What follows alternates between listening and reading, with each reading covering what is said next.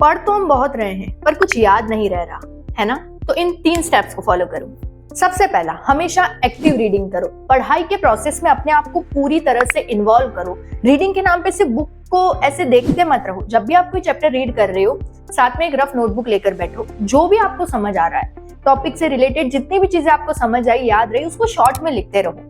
किसी flow chart की form में, शॉर्ट टर्म की फॉर्म में, कुछ पॉइंट्स की फॉर्म में उसको लिखते रहो।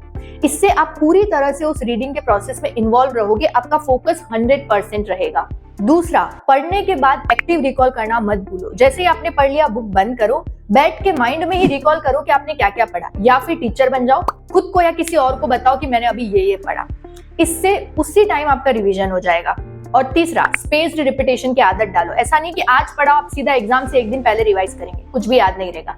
आज आपने पढ़ा, एक बार आपने एक्टिव रिकॉल किया, तो आज ही आपका रिवीजन हो गया।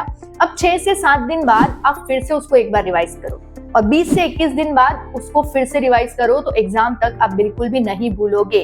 यस, आप इस 1-7-21 की टेक्निक से अगर स्पेस्ड रिपीटेशन करते हो, एक्टिव रिकॉल करते हो और 100% फोकस के साथ किसी चीज को पढ़ते हो, कोई चांस ही नहीं आप भूलोगे।